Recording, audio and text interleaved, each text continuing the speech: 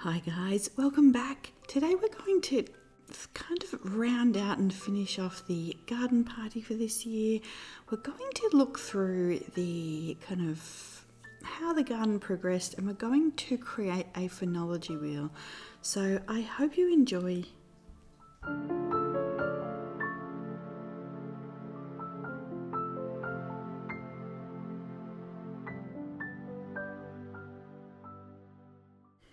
Okay, so this was a project I heard about several years ago. I first saw one, two at the same, around similar time, I think. Tony Watts did one which is beautifully gilded and just exquisitely painted. And then Melissa Sweet is a children's book illustrator, and she also did one on her Instagram, which was just really lovely as well. So two completely different styles, and yeah, I was really drawn to it and interested in it. And then last year I saw a video on YouTube. A lady named Marion did a beautiful phenology wheel, and she painted it on it actually every day of the year. And then she did it this year as well, and she just posted. So I'm going to link all of those below. This is a really nice project to do as the garden is growing. This is what I intended to do this year, but I just wanted to do it every month. But you can see we got to around October or something and I hadn't done it. So I thought I would just sort of go back in retrospect and just look at what was interesting me in the garden each month. So this is the kind of biggest project I tackled in that kind of 8 weeks that I wasn't doing videos, and I didn't have much time, so I was just kind of doing little bits and pieces here and there of the kind of main watercolor one. And then at some point I thought, let's just do one together that's kind of a more relaxed one. So that is what we're going to do today, and we're going to just kind of use some of the new art supplies and things like that. So I had one, I think in the beginning of the year, I drew up a couple, and I drew one in this notebook that was kind of going to be my thumbnail sketch, which is kind of what we're going to do today. So I'm just kind of showing you the types of things that I do in this sketchbook. And for me, I do use like different sketchbooks. So one will be more kind of playful, one will be more considered and take more time, and yeah, and also depending on like the paper. This is a Hahnemuller Nostalgia, and the paper is not watercolor paper, but I like the way watercolor sits on it. And so you can see them here side by side. I actually just used plates to kind of trace around, and then kind of notched in where I thought the months would go, and then adjusted if I needed to, and then ruled the lines. So it wasn't very technical, but in the video that I will link, Marion does it all really beautifully. So during this time as well, I was really inspired by Edward Lear. So he created like the famous The Owl and the Pussycat rhyme and like poems and things like that. And then this was a children's book about him, and it's quite fascinating because he was the youngest of 20 kids. He went to live with his sister, and he was selling artwork just in New York City on the street, trying to get money for bread, and someone saw his art and like wanted him to paint collections of animals at the zoo, and someone eventually got him to do their parrots, which are so beautiful. So, but I was really inspired by this illustrator who created the illustrations for this book, and the softness kind of, she's using pastels, I think, ink, watercolor, and you can see this kind of quality of, it's like translucence, but it's kind of movement. It's kind of life, it's very much kind of on the go, and this kind of motion.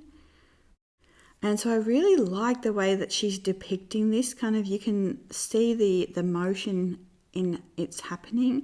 I loved this turtle as well. This is one of Edward Lear's actual illustrations, and the parrots. So I ended up getting this book to kind of learn more about his artwork, and you can see there's some landscapes there, and then like the birds and the parrots. What I love is how detailed they are, and then you've got like the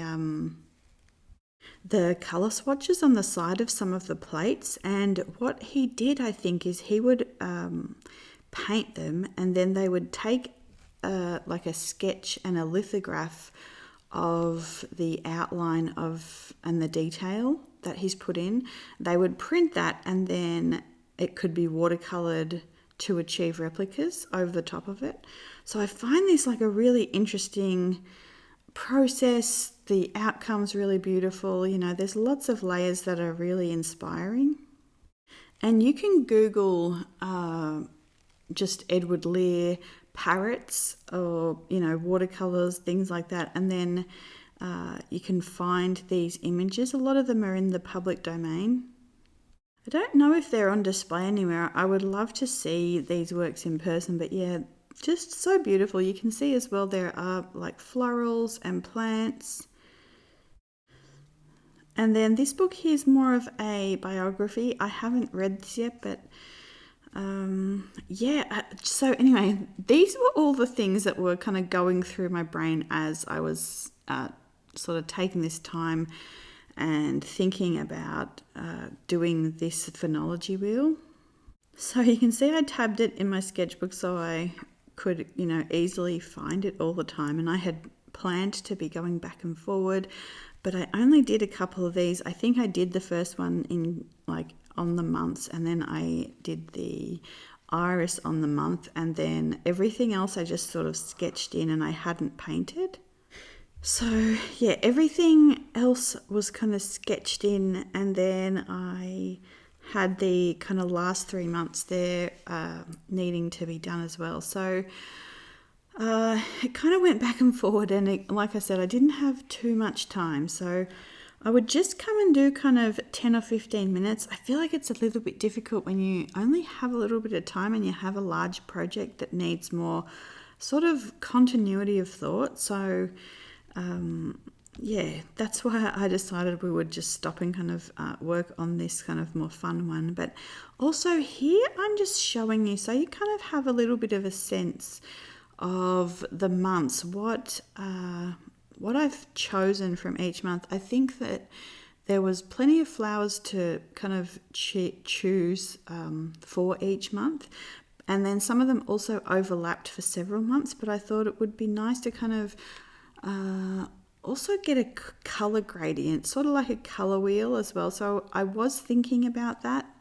So I started at January with the dried vines, and then I went on to February with the kind of the curly leaves of the dried grass. It was really beautiful.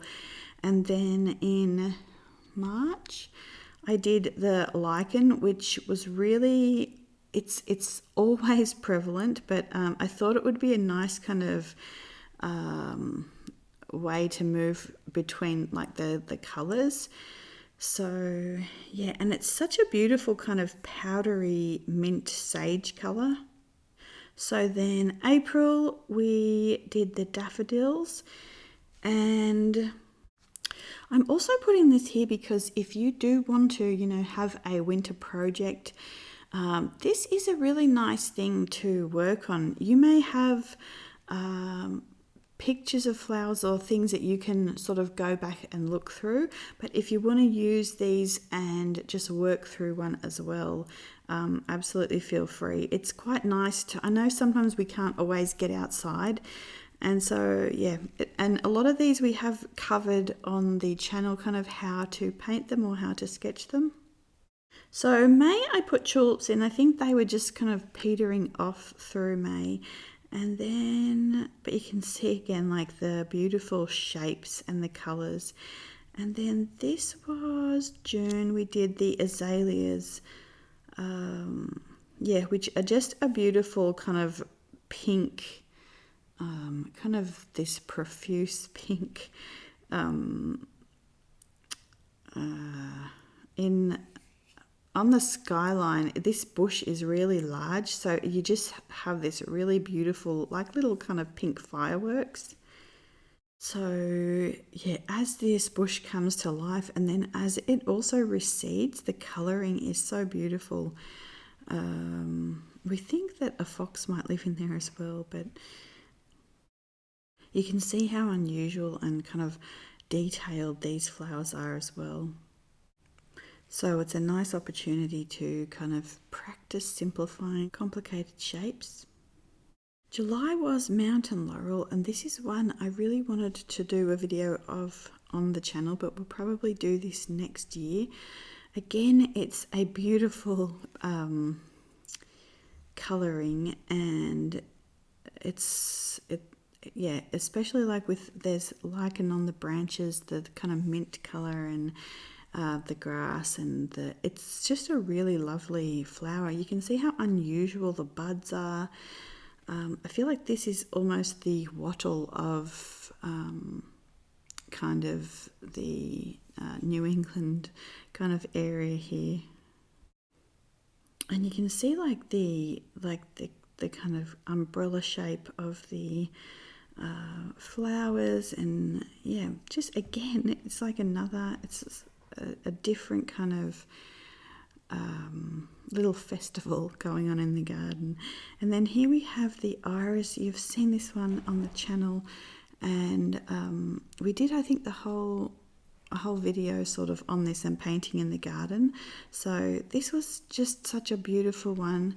And then September, well, this was a little surprise. We found this patch of crocuses, and just the colour, it was so beautiful. So every day on our walk we would go past here and kind of watch them open, and as they opened into kind of more fuller shapes, you had a little bit of yellow down the bottom of like the cup.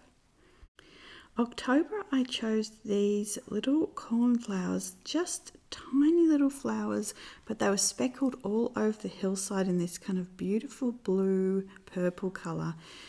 And then in November, autumn leaves have to make an appearance, and we had some beautiful red ones. I didn't actually get like a good footage of the actual red kind of maple leaves or something like that, but they were really, really beautiful. Not every year I feel like you get a good showing of autumn colours, but this year was a really nice one. Last year I think was not so good. Yeah, and then December we have snowflakes because we start to come into winter. And this was actually a tree branch that had fallen off. It was actually really large. I don't know that I can really show it in the video, but she did not want to leave it, so we, when I say we, Millie and I, carted this back up so she could keep chewing on it, and she just demolished this thing. I mean, the whole thing. So yeah, and I thought also, you know, to kind of finish off, so again, like the snowflakes I did in like the pale blue, so often like with the snow you get this really nice kind of powdery blue, the light kind of on it. Yeah. Okay, so taking all those things into consideration, we will work on this this phenology wheel here, and I'm going to use mostly mixed media. So I've got the watercolor one that I'm doing, and I kind of show you progress shots of that, but this one here I thought it would be fun to do with some different kind of mixed media. So, and also thinking about the way that those illustrations from the Edward Lear book were. So I'm starting out here with a pastel pencil. One of the reasons that I've been enjoying pastel pencils this year, I do love pastels, but the pastel pencil gives a lot less pigment. So when you're doing a page like this, you can see like there's basically no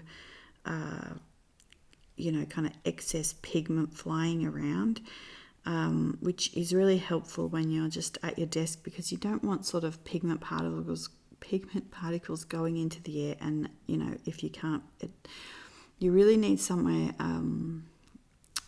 that, anyway, it can affect your health. So what am I trying to say? You need good ventilation. So I'll try and use those outside, but I was just thinking about kind of this kind of way that she was creating those the motion and those pastel illustrations.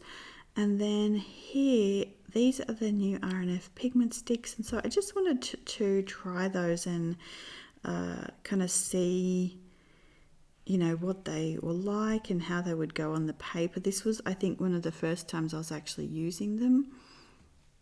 And so again, you can see I am simplifying these shapes right down. I am being very sketchy with my lines. I'm not trying to, do anything. I'm really like looking for what are the main characteristics and just kind of lightly putting those together on the page. I also wanted to see whether or not you could kind of combine these things, what it would look like with the pastels and with the kind of drawing oils and things like that. So you can see that I had just made the kind of the movement of the iris, and then I went back in and put just a few linear details and a few kind of more realistic details, and I actually really love the way that turned out. These were the little pink variety of irises from Shiners, and they actually, there's ones, it's November, just the beginning of, or when is it? The end of November, and the last ones have just finished blooming. So these little things are double bloomers, and they have just been such a treat this year. But so then I'm just picking different pastel pencils and going in and working on these vines and kind of just this intertwining movement, and I go back in again and sort of soften this all out.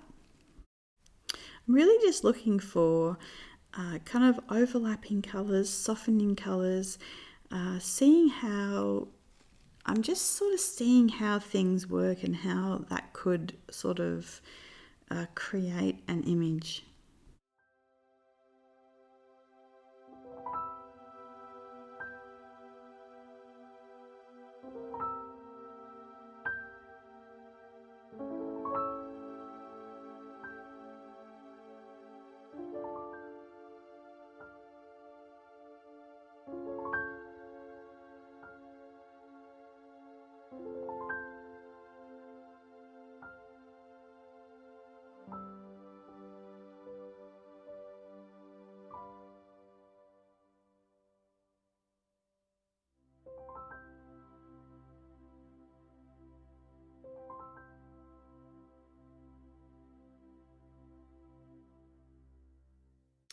So again, this was just trial and error, like the crocuses here. I really wish I could have, and I probably, going back, I would have done it with the pastels to get that kind of softer effect, and just the beautiful, like it was quite astonishing when you'd see them in the grass. They were very unexpected, but it was like this little festival of kind of fairy bulbs tucked in the grass there.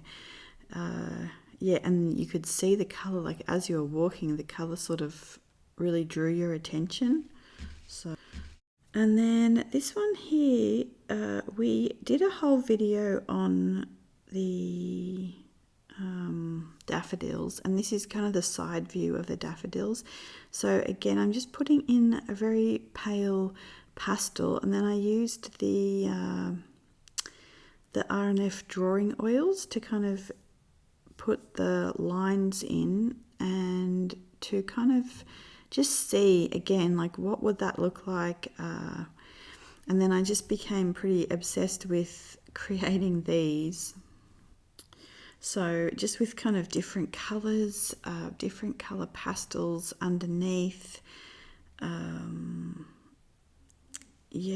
I think this might have been the first time I actually sort of started playing with the drawing oils to see what they would do, and like I put pencil over them here, and so we end up here just again putting down little bits and pieces of the pastel. Again, I'm using the pencil so that there's not like a huge amount of pigment, and then I am using the drawing oils to go over the top. And I was kind of interchangeably doing either the pastel underneath and the drawing oils on top, or the drawing oils as the base and pencil on top, which you'll see in a minute. What I found is that the pencils that work best are like a very oil-based pencil. So you can see here, like I loved the colouring of that as well. But so I just put down a base of the R&F drawing oils here, and yeah, I was really enjoying this because they blend really beautifully. And so I was also kind of testing like how they would blend on the paper. This sketchbook is the Handbook Co. one, and it's got the Strathmore drawing paper in it, so it's a really beautiful quality of paper. But you can see I'm trying some Lightfast pencils, Derwent Lightfast. I tried something else, but the Prismacolor one was actually the ones that would go over it the best. Like they just kind of glide over it because they're also oil-based, I think, mostly. And so then I was back to this is the Sennelier Woodless pencil, and yeah, with the drawing oil over the top. And so those work equally as well as like just the pastel pencils as well. So I really liked that. And so then I just was starting to kind of play and combine things, and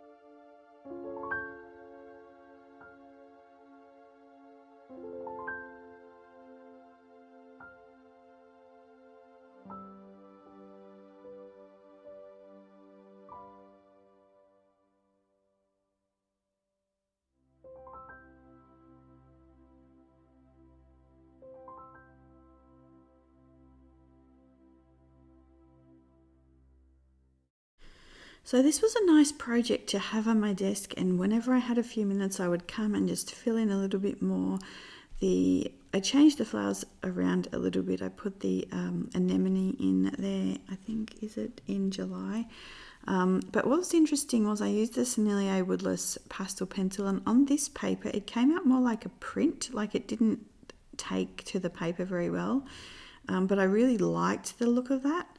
So, and this one I sort of thought we would do some collage for some of these flowers. I thought that would be really nice, but we might wait and do that next year. I just didn't have the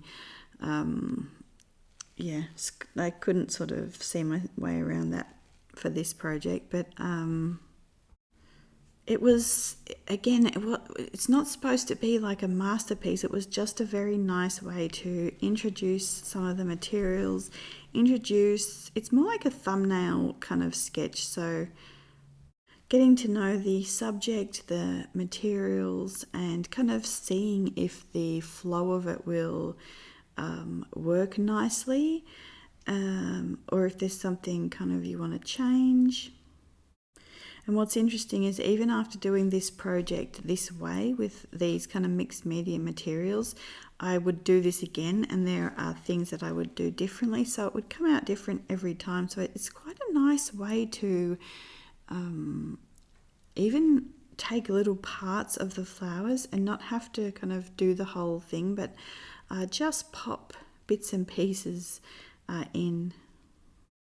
So at some point during those 8 weeks, I finished that portion, and then I was still trying to get that edited.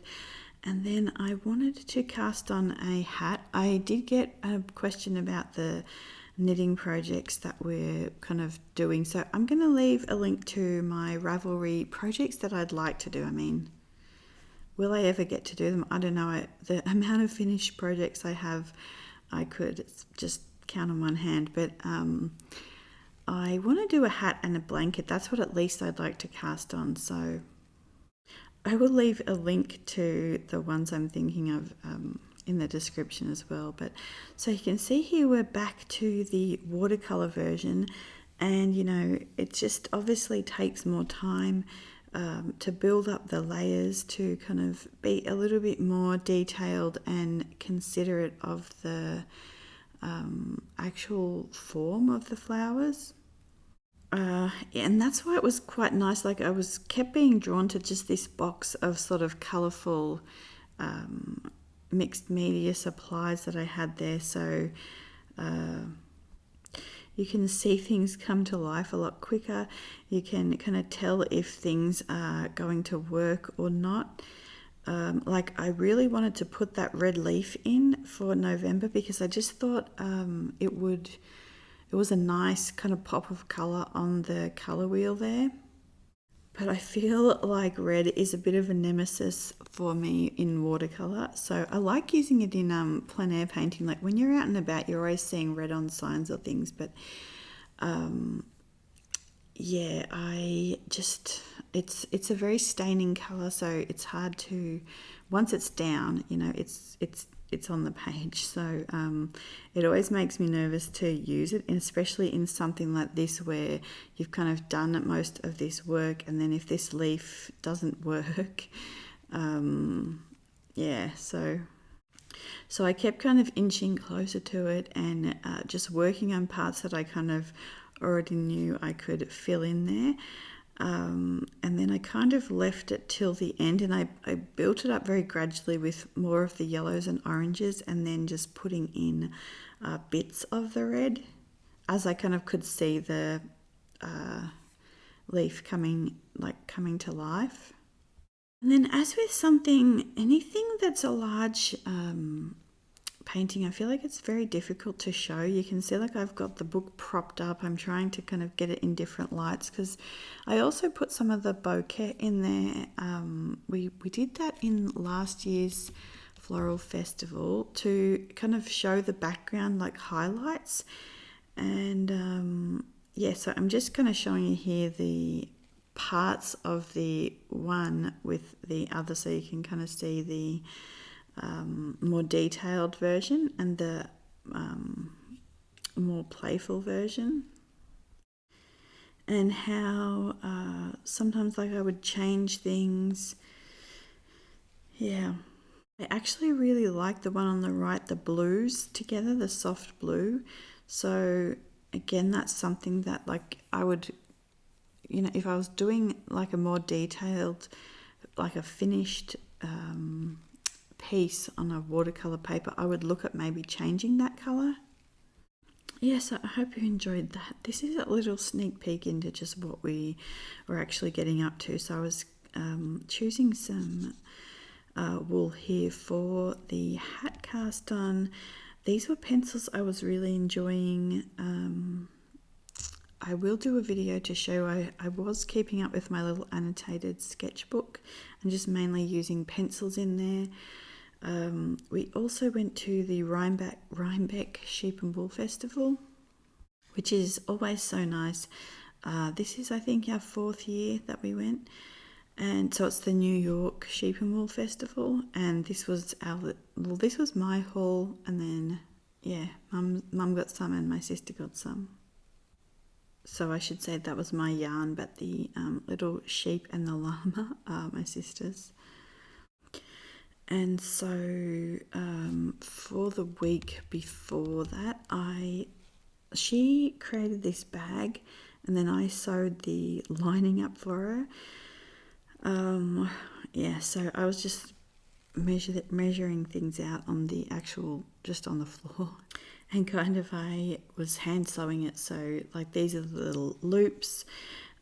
We bought the leather strap off Etsy, so it made it actually look quite professional.